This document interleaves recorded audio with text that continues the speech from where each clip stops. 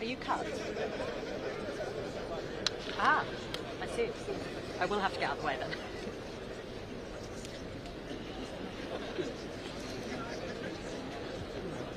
Could you switch with me because you look more high vis than I do?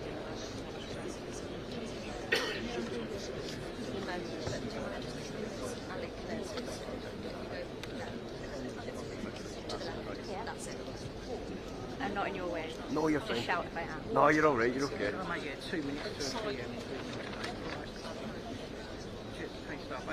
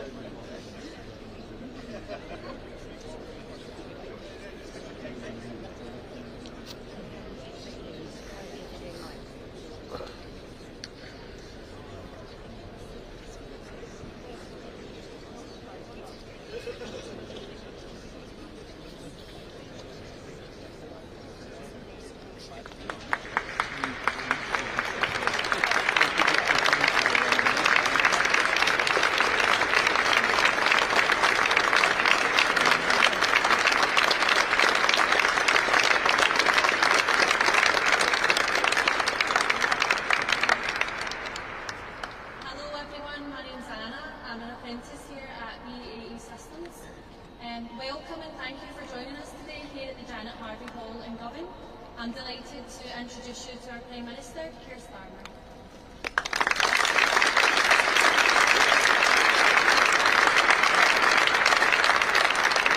Thank you, Anna. Thank you for doing that introduction.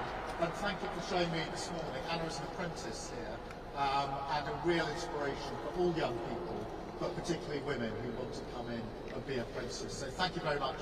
And good morning to all of you. Thank you very much for being here this morning. Thank you for sharing with me the work that you're doing here, some of which we can see right behind us, because this is a legendary Govan shipyard, and it's really good to be able to be here in this massive space and to be back on the climb. And as you may have seen a couple of months ago, just after dawn on a drizzly morning, if you can believe it, I took a boat out onto the Firth to meet one of our Vanguard's class submarines as it came back off patrol. And it was a record-breaking patrol. We boarded the SARC that had just surfaced, been at sea, maintaining our continuous at-sea deterrent for months on end, a really long ship, and met what was quite a remarkable crew. And I'll remember that day for the rest of my life, because it was very clear to me that there is no greater duty than the one that they carry, no task more vital. Our security, NATO's security, depends on them. And I had the privilege of being shown around and talked to many teams on the SARC. Saw them rushing to their battle stations to conduct firing drill. And wherever I went on the sub, whichever team I was talking to, from the engineers, the cooks, the navigators, over and over again, there was a sort of unofficial motto that they told me, their motto: nothing works unless we all work together. And in this moment of danger and threat for our country, that is the spirit that we need. The strategic defence review that I'm launching today will bring that unity of purpose to the whole of the United Kingdom, to mobilise the nation in a common cause recognising in these dangerous times that when it comes to defence of the realm and the defence of everything that we hold dear, nothing works unless we all work together. From every man and woman serving in uniform, to the workers building the next generation of subs in Barrow, and the brilliant workers and apprentices right here in Government, building the new Type 26 frigates, like the two that you can see being built right behind me. To our tech experts, our scientists, our engineers, who are pioneering battlefield innovations and cyber defences. Every part of society, every citizen of this country has a role to play. Because we have to recognise that things have changed. In the world of today, the front line, if you like, is here. The threat we now face is more serious, more immediate, and more unpredictable than at any time since the Cold War. We face war in Europe, new nuclear risks, daily cyber attacks, growing Russian aggression in our waters, menacing our skies, their reckless actions driving up the cost of living here at home, creating economic pain and hitting working people the hardest. A new era in the threats that we face demands a new era for defence and security, not just to survive in this new world, but to lead. We will never gamble with our national security. Instead, we will act in the national interest. And that's why I place national security at the heart of our plan for change. That's why I launched this Strategic Defence Review within days of becoming Prime Minister. And now it has delivered. And I want to thank the reviewers, especially Lord Robertson, who is with us today. Thank you so much for your work and the work of the other reviewers. What you've delivered is a blueprint to make Britain safer and stronger. A battle-ready, armour-clad nation with the strongest alliances and the most advanced capabilities equipped for the decades to come. And we have already acted, announcing the largest sustained increase in defence spending since the end of the Cold War, raising it to 2.5% of GDP by 2027, setting the ambition to hit 3% in the next Parliament, subject to economic and fiscal conditions. And today, following through on this review, I want to set out 3 fundamental changes that we're going to deliver. First, we are moving to war-fighting readiness as the central purpose of our armed forces. When we are being directly threatened by states with advanced military forces, the most effective way to deter them is to be ready. And frankly, to show them that we're ready, to deliver peace through strength. Now, Britain has the finest servicemen and women in the world. We're showing them the respect that they deserve by delivering the biggest armed forces pay rise in 20 years, and by pledging today that we will end the hollowing out of our armed forces. We'll build a fighting force that is more integrated, more ready, more lethal than ever, backed by a stronger strategic reserve, fully trained and ready to mobilise at any time. Second, everything we do will add to the strength of NATO. As we step up to take greater responsibility for our collective defence, the NATO alliance means something profound. That we will never fight alone. It is a fundamental source of our strategic strength. That's why our defence policy will always be NATO first, something that's written through this review. The transformation we're driving in our defence must add up to Britain's biggest contribution to NATO since its creation, so that when we're building new capabilities at home, we are making our allies safer too, strengthening Europe and and strengthening our bridge to the US as Britain's first partner in defence. Third, we will innovate and accelerate innovation at a wartime pace, so we can meet the threats of today and of tomorrow as the fastest innovator in NATO. Now, this doesn't mean replacing people or hardware. Quite the opposite. It means learning the lessons of Ukraine, which I've discussed many times with President Zelensky, to ensure that every capability we have works seamlessly together. Drones, destroyers, AI, aircraft, each different branch of our armed services fully integrated to create an army which is 10 times more lethal by 2035. And in delivering all of this, we are more ambitious than ever for the change it can bring. To deliver not just security for our country, but renewal too. After the Cold War, many nations cut defence spending, freeing up public funds, creating what was called a peace gift, which people felt in their public services and in the quality of their lives. Faced with new circumstances today, we must deliver for working people again, to seize now a defence dividend for the British people, using this moment to drive jobs and investment throughout the country, like here in government, providing local opportunities, skilled work, community pride, ensuring that everyone across the United Kingdom has a role to play in this effort. Yes, but also that everyone has a stake in its success. I want to spell this out very simply.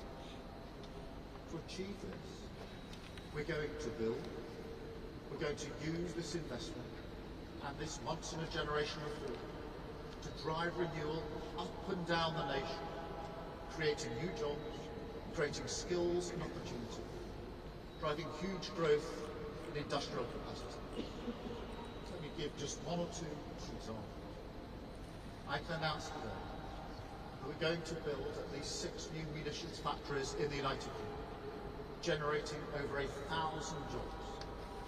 We will build thousands of new long-range weapons in the United Kingdom to boost European deterrence, supporting around 800 million. We will defend our homeland by investing in our air and missile defence to better protect these islands. We will create a hybrid Royal Navy, blending drones with warships, submarines and aircraft to patrol the North Atlantic and beyond, supporting thousands of brilliant shipbuilding jobs, including right here in government.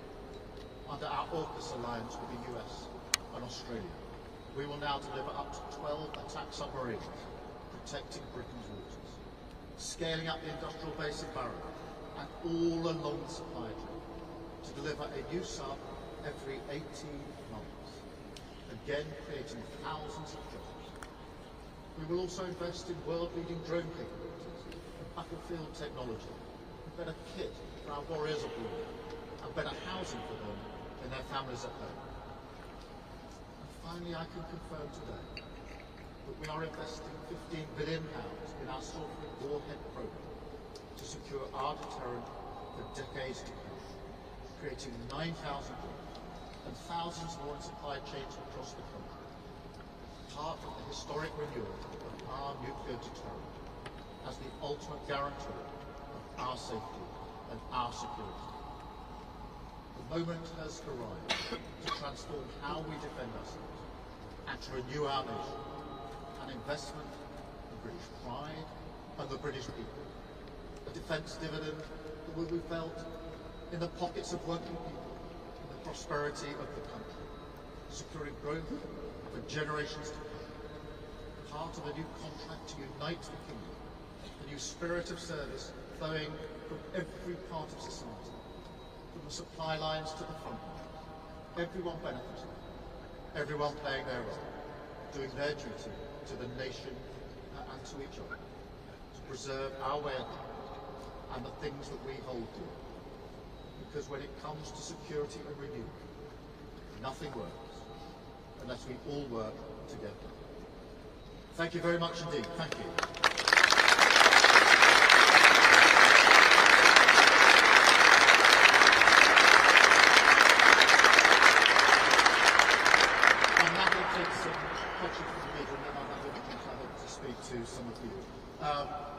Chris Mason from BBC first, please. Chris. Thank you, Prime Minister. Chris Mason, BBC News. Prime Minister, you're sounding a bit shaky on the funding of all of this into the next decade. Can you unequivocally say today that this will definitely be delivered? Look into people's eyes and say, yes, this will be delivered. Yes, I can, and I'll tell you for why. Because when we set the terms of reference for this review, we set it on the premise that we would be spending 2.5% of GDP on our defence. Obviously, since then, what we've done is then put a date on that, 2027, 2028, the highest sustained increase in defence spending since the Cold War.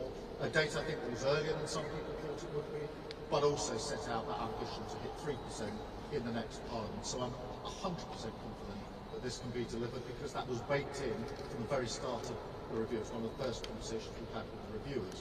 Because what I wanted was to meet the new threats, the new instability, with a plan that matched our capability with the risk that we face as a nation. That was the purpose of the review. I'm very pleased and grateful to the reviewers that that's what's been delivered today. Thank you very much. Beth Rigby from Sky. Thank you, Beth Rigby, Sky News. Prime Minister, Attlee was the Labour PM credited with creating the welfare state. You're the Labour PM that wants to create or be known for creating a warfare state, but you're not putting your money where your mouth is.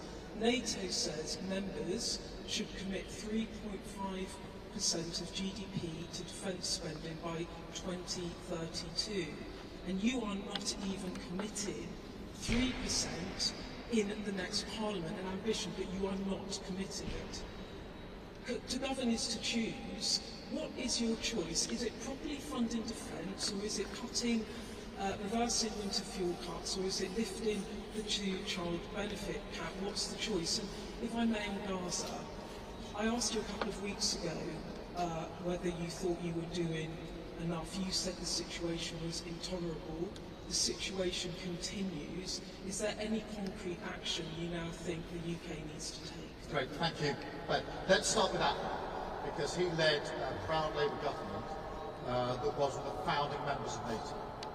And NATO, in the intervening 80 years, has been the most successful alliance in the world in terms of preserving peace. And so Attlee was at the very start of that. That's one of the proudest things in our Labour history. So I stand here in that tradition, conscious that my job is not to reflect on the 80 years that NATO has kept the peace, but to make sure that NATO also keeps the peace for decades to come. And that is my responsibility, just as it was Attlee's responsibility in the first place, to have a government that was far-sighted enough to create NATO in the first place. Our commitment to NATO is huge in terms of the contribution we already make. As you know, we commit our nuclear capability to NATO for all of our allies and other capability.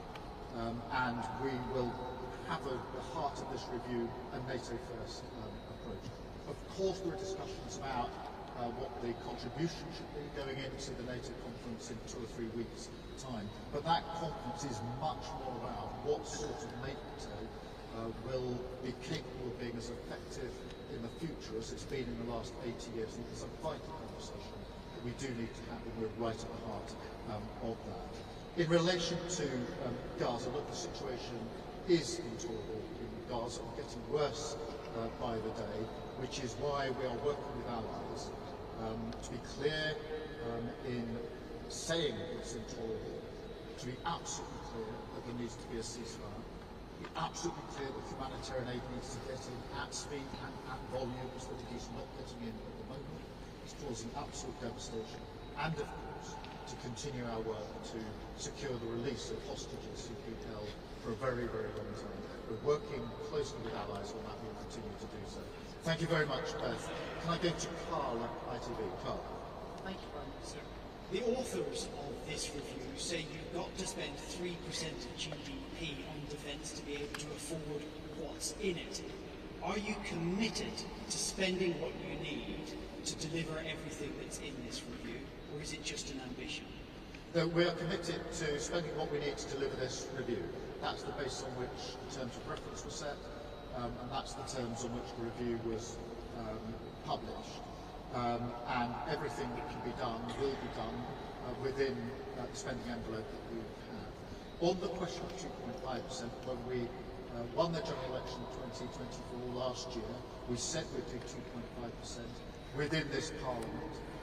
As the circumstances dictated, we then brought that forward to 2027. So you can see the way I work, which is being clarity about what we want to achieve, putting in the date when we know exactly how we can achieve it. The same with the 3%. That is what we want to achieve because of the different world that we live in. But I'm not going to put arbitrary dates on that percentage.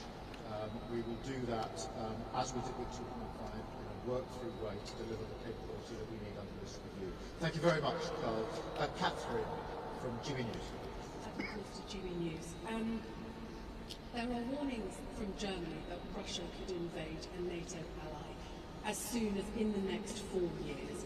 You haven't even committed to get to 3% in the next 9 years. Lord Richard Dannett this morning said that this is simply not going to cut the mustard. One of your favourite phrases, going further and faster. Shouldn't you be going further and faster on this now? And linked to that, part of keeping British people safe is border security. You scrapped the Rwanda deterrent. You promised to smash the gangs who are clearly running rings around us. Crossings are up 42% this year compared to last. Aren't you failing to keep us safe in the English Channel?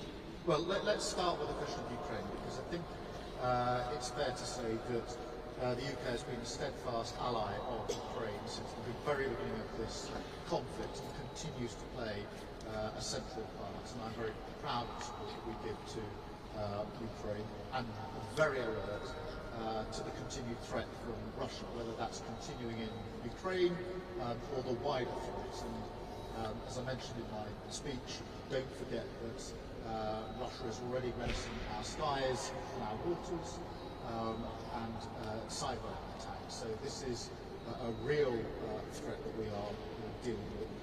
I believe that the best way to deter conflict is to prepare for it, which is why we commissioned this report, this review, and why we will now act on this review. Going further and faster in what we're doing, which we have already done. We're pushing up defence spend to 2.5% by 2027. That wasn't in the manifesto of any of the parties going into the election, by the way. That is a commitment we've made since we've been in government. We will keep to. That is the mindset, but also a mindset change that this must produce the defence dividend in the jobs and the opportunities here in the United Kingdom as we spend more money. In relation to border security, I want to be really clear, nobody should be making that journey across the channel, and it's our duty to make sure that we ensure that they don't. We are working very closely with our counterparts in France and elsewhere to take further action in northern France, and of course we are giving enhanced powers to our own law enforcement through the Borders Bill, which is currently going through Parliament. The reason we stood down the Rwanda scheme was because it cost a fortune and only a handful of people went on a voluntary basis to Rwanda, and it didn't deter anybody. I'm not up for gimmicks. I'm up for the hard work of working with partners, enhancing the powers that law enforcement have in my determination to take down the gangs that are running this vile trade. Thank you so much. Adam from the IP. Adam. Thanks. Prime Minister, what's your message to voters who may be worried this extra defence spending will mean less money for their priorities, the NHS, public services, and will it mean further cuts to welfare in years ahead? Let me take that in 3 stages. The first is to remind us all that conflict in Europe has a massive direct impact here in the United Kingdom. And therefore, if you take the conflict in Ukraine, it is obvious it's had an impact on prices, on the cost of living in this country. So there is no argument that somehow avoiding talking about conflict will help our economy here. It won't, it will make it worse. Secondly, it is really important that as we spend more on defence, as we must, in this new era. There is the defence dividend back here in jobs, secure jobs here, across Scotland, 25,000 jobs across Scotland, over 400,000 jobs across the whole of the United Kingdom in defence and security. These are good, well-paid jobs, and of course the supply chains that feed into those jobs. And I am reminded, as you put the sort of choices to me, the first duty of the Prime Minister is to keep our country safe, and that is a duty that I take extremely seriously. There's a huge cost of not keeping your country safe and security. That's a cost I'm not prepared to inflict on people of this country. Thank you so much. And then I've got Kieran from The Guardian. Thank you. Kieran Stacey from The Guardian. Just to follow up on Adam's question, you say you can't say yet how you will fund the 3% ambition in the next Parliament. Can you at least rule out going back to the aid budget for that extra cash? Well, look, on the aid budget, it was a difficult decision that we had to take in order to get to 2.5%. And I'm absolutely clear that in the meantime we have to ensure that we do other work on aid, working with other countries, other institutions to pull levers to trigger the money that we need for aid. But the best way to pay for increase in any public spending is to grow our economy, and that is the focus when it comes to defence or any other spending, wealth creation, and that's why I'm pleased that because of the decisions that we took with the budget, which were tough but were right, we have been able to stabilise the economy. We've now got growth, the last figures at 0.7%, higher than most people thought, 4 interest rate cuts in a row, wages going up faster than prices, and of course we've built the stability and the confidence to deliver 3 trade deals with India, the US and the EU, which other governments talked about, but we delivered, which will again have their own dividends. So here in Scotland, for example, when it comes to whisky, the deal that we've done with India is hugely important, and so that is the way in which we will proceed. Thank you, Kieran. Now I'm going to Scotland. I think I'm starting with Lindsay from BBC Scotland. Lindsay. Thank you, Prime Minister. We want to spend billions more on defence, including 15 billion more on nuclear weapons, but not very far from here in Hamilton, your party is fighting a by-election. Voters there are telling us they're angry at your government over cuts to winter fuel, over welfare cuts. They're very anxious about the cost of living. Isn't it the case that your priorities don't match those of the public? And secondly, just if I may, you mentioned the defence dividend and a further 25,000 jobs for Scotland.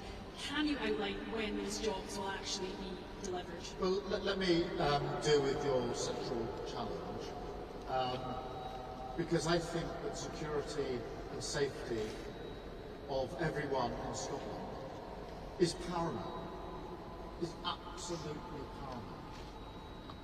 And I can't imagine anybody who seriously wants to be Prime Minister of this country coming to Scotland and saying that the first priority is not the safety and security of Scotland.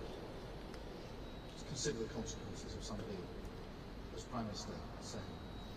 And remind ourselves that at this time of renewed threat and instability across Europe, the SNP's position is to get rid of our nuclear deterrent, the single most important part of our capability that has kept Scotland and the United Kingdom safe for many, many years. And at this moment, they renew their pledge to get rid of our nuclear deterrent. Imagine the effect that would have on the safety and security of the United Kingdom and of Scotland. And they go to reform. They want to spend tens of billions of pounds, but won't say where the money's going. Completely unfunded, uncosted. That is what Liz trusted. That's what blew up the economy. That's what led to the infliction of harm on working people in Scotland, whether it's their mortgage, their prices. I'm not prepared ever to let that be inflicted on Scotland, ever again. And that's why I'm absolutely clear in my priorities, which is the safety and security of everybody in Scotland, and making sure that we never have the prospect of in Scotland of a Westminster government that blows up their finances. Thank you very much. I've got Paris from STB. Prime Minister, if you're so confident of the case you just made, why aren't you going to Hamilton to make that case directly to those voters? Is it because you're afraid that you'll lose to parties that, as you say, don't support nuclear weapons? Well, my firm belief is only Labour can beat the SNP in Hamilton. My firm belief is that my job as Prime Minister is to deliver for the whole of Scotland, including Hamilton, and everybody involved in that by-election. And that is what we've been doing every day of this week. Whether it's the biggest settlement for Scotland under the budget since devolution, a huge settlement, whether it's the increase in wages in Scotland, or the delivery of more jobs in defence and security. And I'm sorry I didn't do the second half of the question, so I'll try and tie it together, because Scotland has a proud tradition and incredible skilled workforce when it comes to jobs in security and defence. I want to make sure that those jobs are maintained, thrive, and there's more jobs to come, which will happen under the work that we're doing under this review and the increase in defence spending. Scotland contributes hugely to our defence industry. We're very grateful for working with Scotland and Scottish working people, including everybody here in what they contribute. And I want to see more of that, because that is good for the defence and security of Scotland and the United Kingdom. It is good for working people who will have good, well-paid jobs that will then help them and their families and their communities. Thank you very much. And then I think I've got Connor next from the Scottish side. From the Scottish Sun, thanks, Prime Minister. As mentioned, Nigel Farage is in Scotland today as well, and on the campaign trail for the Hamilton by-election, as is John Swinney. If Labour lose to both the SNP and Reform on Thursday, which is what bookmakers think will happen, that's less than a year from the Scottish Parliament elections. Doesn't it mean that that's the beginning of the end for Scottish Labour, Anna Sala and you? And if I can go back to defence briefly as well, can I ask whether you fear Russia could really cause an internet blackout and power outages in the UK by targeting underwater cables and bring the country to a standstill? And are you doing enough to stop that? Look, only Labour can beat the SNP. We need to be really clear as we go into the final stages of the campaign in relation to that. We're very clear in our campaign on that. In relation to Russia, look, the threats from Russia take different forms, and we are prepared, and we have to be prepared for all of them. We've seen the threats to our air and to our water, to cyber, and of course the threats that we see to cabling. In different parts of the world, the threats are absolutely clear, and we're working, as you would expect, with allies to ensure that we can protect all of our infrastructure and all of our capabilities.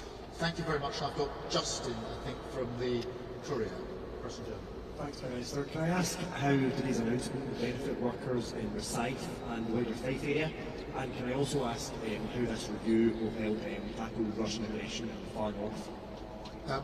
In terms of the jobs, obviously there is the capability that we're currently engaged on. Now that will ramp up with the increase in spending and the recommendations of the review that we will take further. I want that to be, and I'm determined that it will be, measured in good, well-paid jobs in Fife and across Scotland, actually, because never forget the supply chains that are feeding in to the major defence and security sectors, which are vitally important. In relation to,